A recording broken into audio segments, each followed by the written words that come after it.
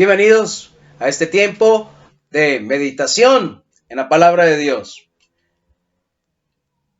Hemos estado considerando en ocasiones anteriores acerca de las heridas que no sanan, las consecuencias de ellas. Pero quiero que reflexionemos hoy acerca de las heridas que sanan. Sí, lo he escuchado bien. Pensemos en la de las heridas que sanan. Allí en Génesis capítulo 37. Génesis 37.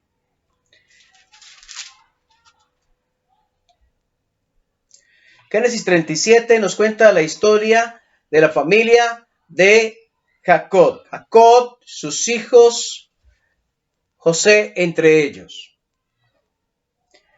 Génesis capítulo 37, versículo 1. Habitó Jacob en la tierra donde había morado su padre, en la tierra de Canaán. Esta es la historia de la familia de Jacob. José, siendo de edad de 17 años, apacentaba las ovejas con sus hermanos, y el joven estaba con los hijos de Bilha y con los hijos de Silpa, mujeres de su padre, e informaba a José a su padre la mala fama de ellos. Y amaba a Israel a José más que a todos sus hijos, porque lo había tenido en su vejez, y le hizo una túnica de diversos colores. Ya estamos viendo el escenario, el contexto, una familia, un padre y un hijo que es amado más que los demás. Pero esto producía un efecto contrario en los hijos, porque en los demás hijos, porque mire el versículo 4. Y viendo a sus hermanos que su padre lo amaba más, o sea, a José, entonces dice, le aborrecían y no podían hablarle pacíficamente. Y soñó José un sueño y lo contó a sus hermanos, y ellos llevaron a aborrecerle más todavía. Y él les dijo, oíd ahora este sueño que he soñado. He aquí que atábamos manojos en medio del campo, y he aquí que el manojo mío se levantaba y estaba derecho, y que vuestros manojos estaban alrededor y se inclinaban al mío. Y le respondieron sus hermanos, ¿reinarás tú sobre nosotros, o señorearás sobre nosotros? Y le aborrecieron más a causa de sus sueños y sus palabras. Ahí la familia, una familia con dificultades, una familia que estaba dividida. Pero vayamos más adelante, versículo 12. Después fueron sus hermanos a apacentar las ovejas de su padre en Siquén. Y dijo Israel a José, tus hermanos apacientan las ovejas en Siquén, ven y te enviaré a ellos. Y él respondió, heme aquí.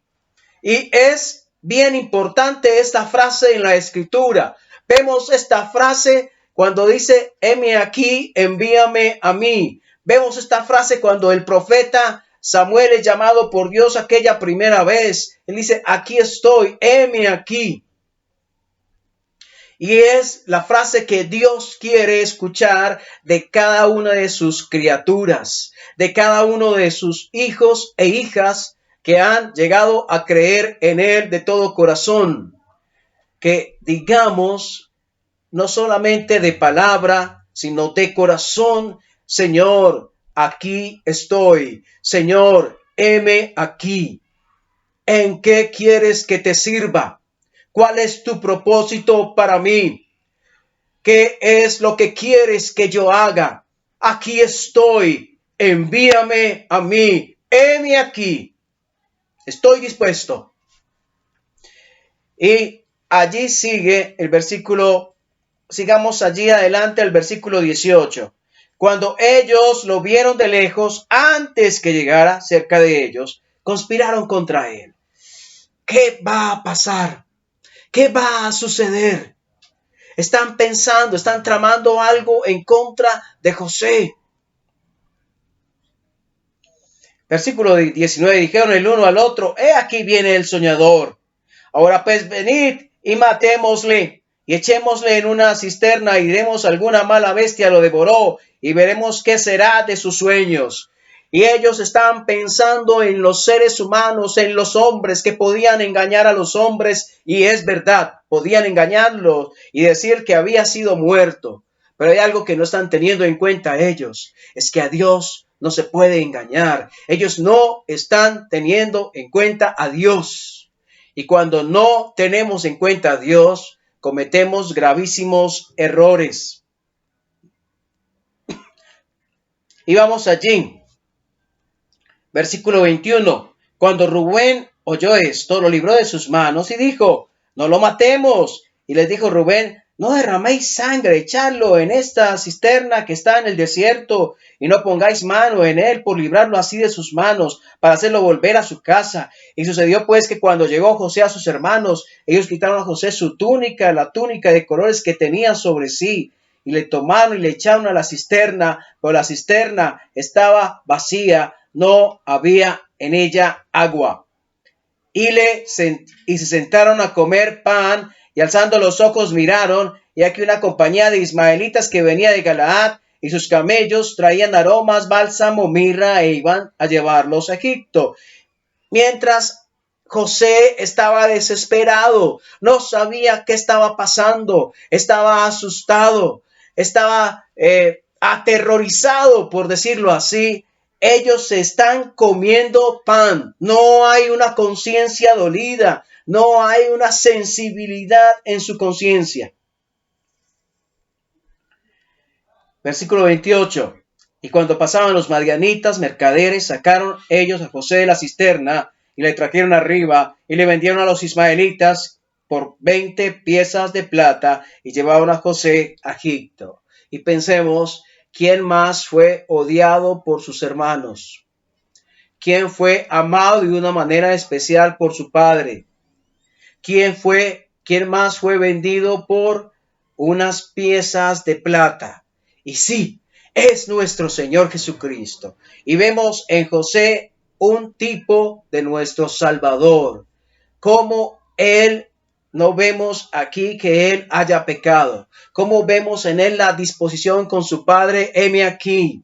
Como vemos en Él que fue vendido injustamente, que fue rechazado y odiado sin razón. Y así fue nuestro Salvador, odiado y rechazado, vendido por 30 piezas de plata, nuestro Señor Jesucristo.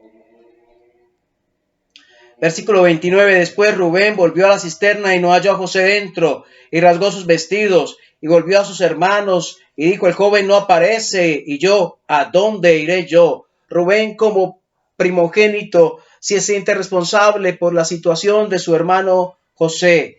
Parece ser que él se fue mientras sus hermanos sacaron de la cisterna y vendieron a su hermano.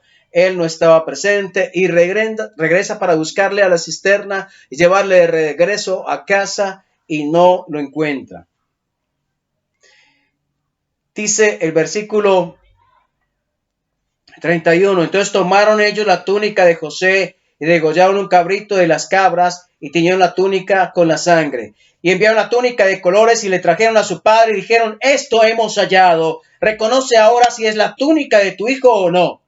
Y él la reconoció y dijo, la túnica de mi hijo es, alguna mala bestia lo devoró, José ha sido despedazado. Entonces Jacob rasgó sus vestidos.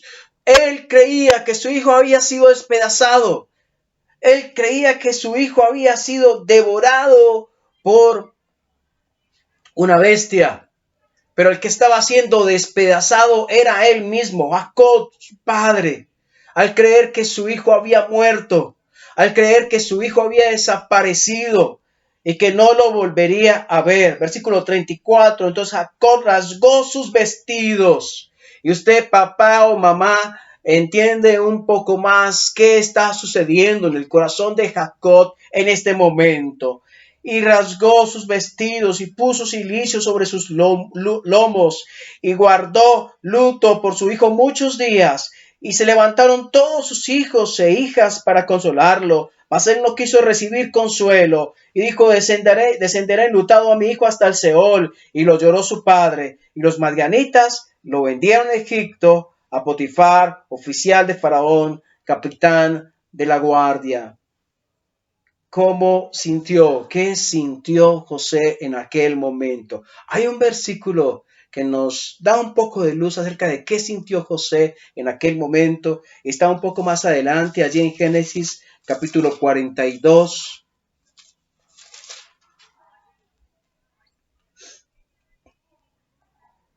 Versículo 21, recordando lo que había sucedido unos años más adelante, uno de ellos dice, y decían el uno al otro, verdaderamente hemos pecado contra nuestro hermano, pues vimos la angustia de su alma cuando nos rogaba.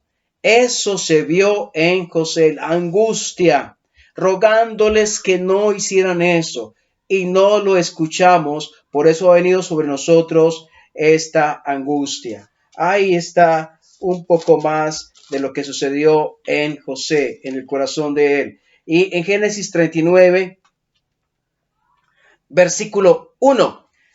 Llevado pues José a Egipto, Potifar, oficial de Faraón, capitán de la guardia, varón egipcio, lo compró de los ismaelitas que lo habían llevado allá. Mas Jehová estaba con José, y fue varón próspero, y estaba en la casa de su amo el egipcio. Y vio su amo que Jehová estaba con él, y que todo lo que él hacía, Jehová lo hacía prosperar en su mano. Ahora está José allí en casa de Potifar, está como esclavo, está en una nueva situación, pero hay algo que sucede.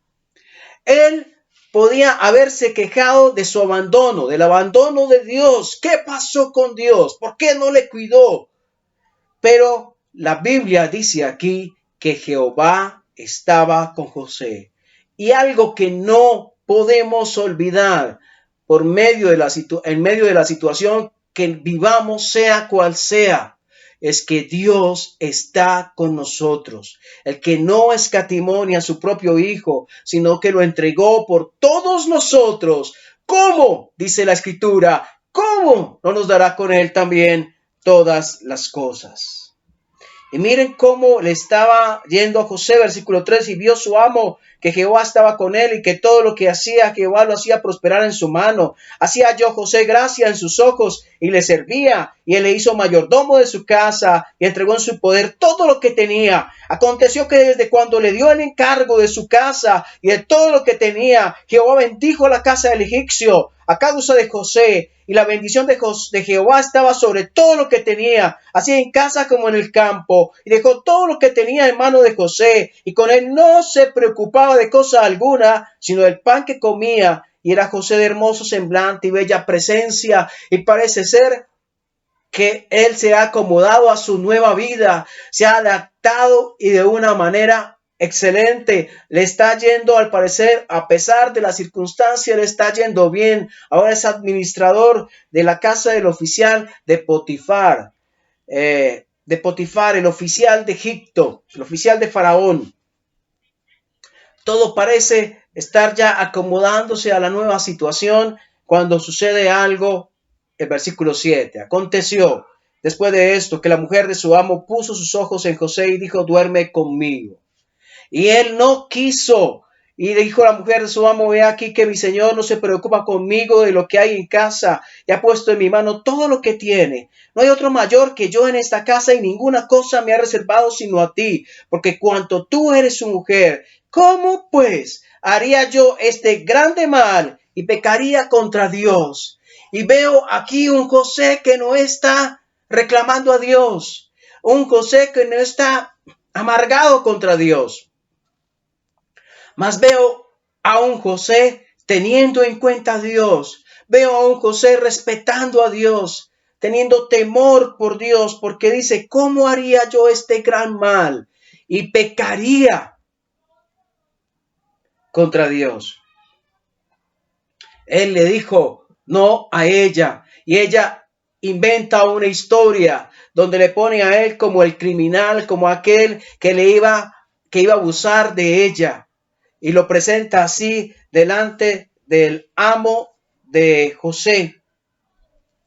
Y versículo 18 dice, y cuando yo alcé mi voz y grité, él dejó su ropa junto a mí y huyó fuera. Y sucedió, versículo 19, que cuando oyó el amo de José, las palabras que su mujer le hablaba diciendo: así me ha tratado tu siervo, se encendió su furor, estaba enojado. Versículo 20, y tomó su amo José y lo puso en la cárcel, donde estaban los presos del rey, y estuvo allí en la cárcel. Y alguien dirá: uy, ¿cómo le va de mal en peor? Primero es libre, después es esclavo y le está yendo bien allí en casa de Potifar, y cuando mejor le está yendo, le pasa esto y entonces termina en la cárcel. Qué mal le va a José, y en apariencia es lo que sucede. Pero yo quiero que nos fijemos en algo. Versículo 21. Pero Jehová estaba con José y le extendió su misericordia y le dio gracia a los ojos del jefe de la cárcel. Y el jefe de la cárcel le entregó en mano de José el cuidado de todos los presos que había en aquella prisión. Todo lo que se hacía allí él lo hacía. No necesitaba atender el jefe de la cárcel cosa alguna de las que estaban al cuidado de José, porque Jehová estaba con José, y lo que él hacía, Jehová lo prosperaba. Y miren, fíjense en una frase que sucede aquí en varias ocasiones, en el capítulo 39 que hemos estado leyendo. 39:2, mas Jehová estaba con José. ¿Lo vieron? 39:3, y vio su amo que Jehová estaba con él. ¿Con quién es él? Con José. Versículo 21, pero Jehová estaba con José. Versículo 23, como en la mitad del versículo, porque Jehová estaba con José. Cuando estaba en su casa, Jehová estaba con José. Cuando estaba en casa de Potifar, ya en una nueva situación como esclavo, Jehová estaba con José. Cuando estaba en la cárcel como prisionero, un esclavo que había sido señalado de intento de abuso sexual, Jehová estaba con José. En todo momento, en todas circunstancias de la vida de José, Dios estaba con él, no le dejaba solo. Él podía contar con la presencia de Dios en medio de las circunstancias más amargas por las cuales él pasó. Y nosotros podemos en cualquier momento de nuestra vida contar con que Dios está con nosotros. El mismo Dios, el mismo Jehová que estuvo con José, es el mismo Dios que está con nosotros hoy. En cualquier circunstancia, por muy amarga, el Señor está con nosotros. Y miremos cómo Dios obra allí en el corazón de José. Es maravilloso. Podemos encontrar, podía ser muy lógico encontrar a un hombre amargado, un hombre resentido, un hombre odiando, un hombre dolido, un hombre rechazando porque fue rechazado, un hombre hiriendo porque fue herido. Pero miren este capítulo 45, unos años después, cuando Dios le saca de la cárcel y cuando Dios, por su gracia y su plan para José, le pone como la persona más importante después de Faraón allí en Egipto. Y como estando allí de nuevo de frente con sus hermanos, cara a cara con sus hermanos, se revela a ellos, se muestra a ellos, porque han pasado muchos años. José ha cambiado, su cuerpo ha cambiado, su rostro ha cambiado, su manera de vestir, ha aprendido el lenguaje de Egipto, así que no podían reconocerle sus hermanos cuando le vieron, pero cuando él se muestra a ellos allí en el capítulo 45, versículo 1, miremoslo. 45:1, no podía ya José contenerse delante de todos los que estaban al lado suyo, y clamó: haced salir de mi presencia a todos. Y no quedó nadie con él al darse a conocer José a sus hermanos. Entonces se dio a llorar a gritos. Escuchen bien. Ha sido años difíciles, separado de su familia, y está abrazando, está llorando, está emocionado por ver a su familia. Y estaba en la posición de hacerlos meter a prisión, estaba en la posición de matarles si quería. Pero mire lo que pasó. Y oyeron los egipcios y oyó también la casa de Faraón. Y dijo José a sus hermanos: yo soy José, vive aún mi padre. Y sus hermanos no pudieron responderle, porque estaban turbados delante de él. Entonces dijo José a sus hermanos: acercaos ahora a mí. Y ellos se acercaron y él dijo: yo soy José, vuestro hermano, el que vendisteis para Egipto. Ahora pues, no os entristezcáis ni os pese de haberme vendido acá, porque para preservación de vida me envió Dios delante de vosotros. Pues ya ha habido 2 años de hambre en medio de la tierra, y aún quedan 5 años en los cuales ni habrá arada ni ciega, y Dios me envió delante de vosotros para preservaros posteridad sobre la tierra y para daros vida por medio de gran liberación. Así pues, no me enviasteis acá vosotros, sino Dios, que me ha puesto por padre de Faraón y por señor de toda su casa y por gobernador en toda la tierra de Egipto. ¿Cómo están viendo el corazón de José? ¿Cómo está lleno de odio, de rencor? No. Dios ha trabajado en el corazón de él y está libre de odio, está libre de rencor. ¿Y saben por qué? Porque en medio de las circunstancias que él vivió, él reconoció a Dios en medio de todo y supo que Dios había permitido todo eso, pero también supo, en segundo lugar, que Dios estaba con él. Primero, Dios permitió esto. Segundo, Dios no me ha dejado solo. Y tercero, Dios tiene un propósito y ese propósito se lleva a cabo. Miren, versículo 5 primero. Al final dice: para preservación de vida me envió Dios delante de vosotros. Versículo 7 iniciando: y Dios me envió delante de vosotros para daros vida por medio de gran liberación. Versículo 8: así pues, no me enviasteis acá vosotros, sino Dios. Dios. Y qué bueno que nosotros podamos ver más allá de las personas, ver más allá de aquellos que ejecutan y que hacen cosas que tal vez puedan en algún momento dañarnos, molestarnos, incomodarnos, y ver a Dios obrando para llevarnos hacia un propósito de bendición para otros también. Porque Dios aquí envió a José para ser puerta de libertad, para ser puerta de bendición para la familia misma de él, puerta de salvación para ellos, porque la tierra estaba sufriendo hambre, su familia, la casa de su padre no tenían ya alimento, no habrían podido salir adelante sin esta ayuda que Dios envió. Antes del problema, Dios había enviado la solución, y la solución estaba a través de este hombre rechazado. La solución estaba a través de este hombre odiado. La solución estaba a través de este hombre aborrecido, a través de José.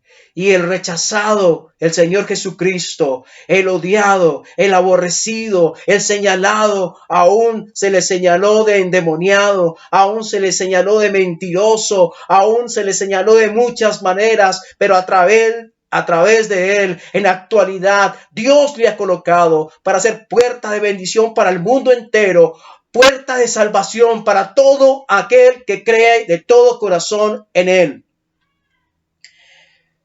Qué maravilloso es Dios, todo lo que Él hace, mientras estos hombres están llenos de miedo, de temores, porque aún no están viendo a Dios. José está viendo a Dios en todo esto y hay paz en él. No estuvo él cargando por años el rastre de la amargura, el rastre de la venganza, el rastre de planear, conspirar para hacer el daño que iba a hacer a sus hermanos, sino que estuvo mirando a Dios, y había libertad en él, libertad de amargura, de rencores y resentimientos. Había paz y gozo en el corazón de él.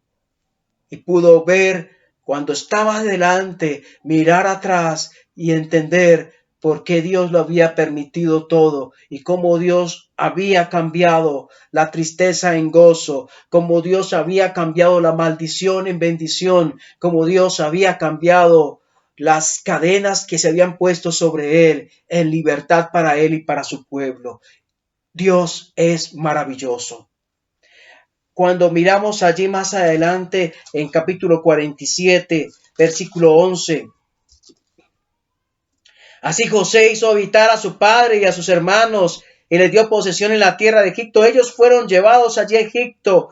Se les dio una posesión, una tierra buena para sus ovejas y vacas, donde podían estar ellos allí, ya no bajo el peligro de morir de hambre. Otra vez, versículo 11, así José hizo habitar a su padre y a sus hermanos y les dio posesión en la tierra de Egipto, en lo mejor de la tierra, en la tierra de Ramesés, como mandó Faraón. Y alimentaba a José a su padre y dejó morir a sus hermanos de hambre. No, alimentaba a José a su padre y a sus hermanos y a toda la casa de su padre con pan, según el número de los hijos. Miren cómo José les apoyó, cómo José les proveyó, cómo José les alimentó. Esto es Dios quien lo hace. No es humano ni natural lo que hizo José, es el obrar. Quiero que apreciemos cómo Dios obró allí. Allí en capítulo 50, versículo 19. Y le respondió José, resulta que muere su padre, muere el padre de Jacob, muere Jacob, el padre de José, y obviamente el padre de sus hermanos, y ellos piensan algo va a pasar con nosotros, tal vez ahora sí va a vengarse de nosotros, tal vez no lo hizo antes por nuestro padre, pero ahora nuestro padre está muerto, nosotros corremos riesgo. Pero mire el versículo 19, y le respondió José, no temáis. Qué hermosa esta frase. ¿Cuántas veces esta frase se repite en la escritura? No temáis. Y tal vez Dios te dice hoy, frente a la situación que estés viviendo, no tengas miedo. Yo estoy aquí. No temas. Y le respondió José, no temáis. ¿Acaso estoy yo en lugar de Dios? Vosotros pensasteis mal contra mí, mas Dios lo encaminó a bien para hacer lo que vemos hoy, para mantener en vida mucho pueblo. Ahora pues, no tengáis miedo, yo sustentaré a vosotros y a vuestros hijos. Así los consoló y les habló al corazón. Ellos no le escucharon a él cuando le rogó, cuando les suplicó, cuando le vieron lleno de terror y le rogaba que no hicieran con él eso. No le escucharon, pero ahora sí le escucharon. Cuando les habló de paz, cuando les habló de consuelo, cuando les habló del corazón diciendo, aquí estoy yo, mientras yo esté vivo, a ustedes no les faltará nada. Y nosotros podemos contar también que mientras nuestro Señor esté vivo, a nosotros no nos faltará nada. Pero resulta que nuestro Señor es eterno y siempre estará vivo. Él es nuestro Dios, nuestro cuidador, el que nos consuela, el que habla a nuestro corazón. Vayamos allí a Génesis 49, 22.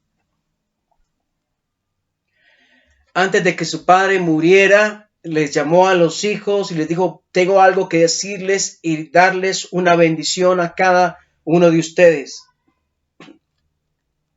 Allí en Génesis 49, versículo 22, mire cómo el padre Jacob habla de José.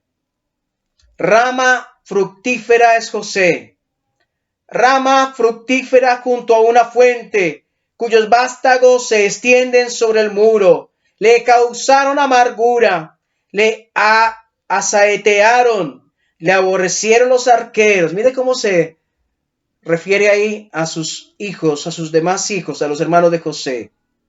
Versículo 24. Mas su arco se mantuvo poderoso y los brazos de sus manos se fortalecieron. Y escuchen bien, porque Jacob lo entendió bien.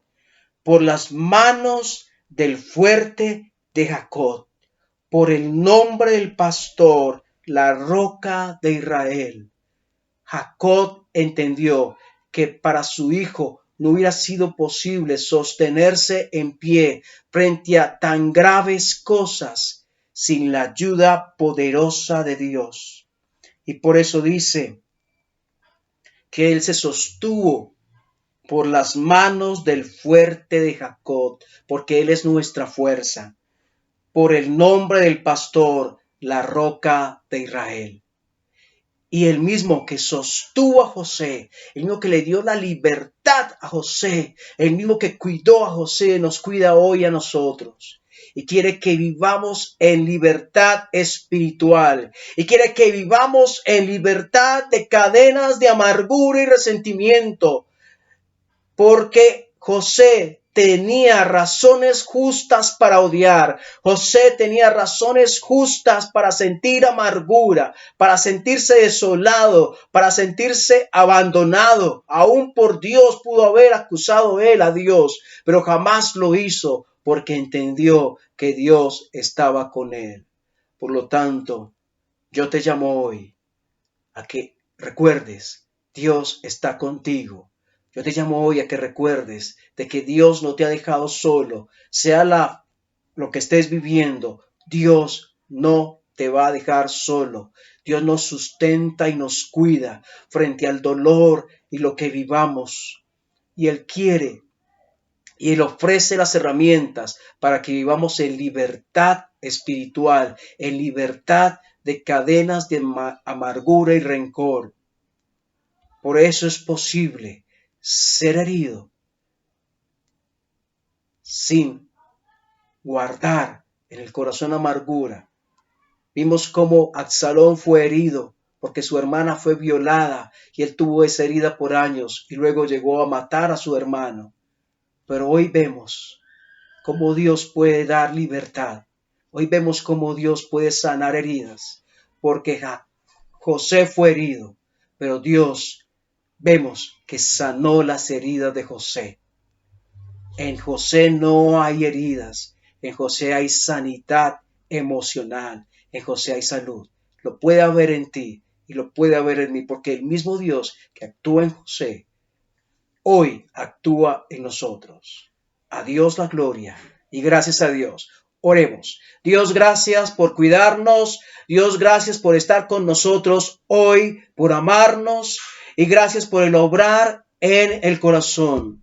Dios, gracias por la libertad que tú das, por la sanidad que tú ofreces, porque es posible vivir en sanidad emocional después de las heridas, porque Dios sana corazones. Dios, gracias por lo que estás obrando en corazones en este momento, por tu Espíritu Santo obrando en corazones. Gracias. Oramos en el nombre del Señor Jesús. Amén.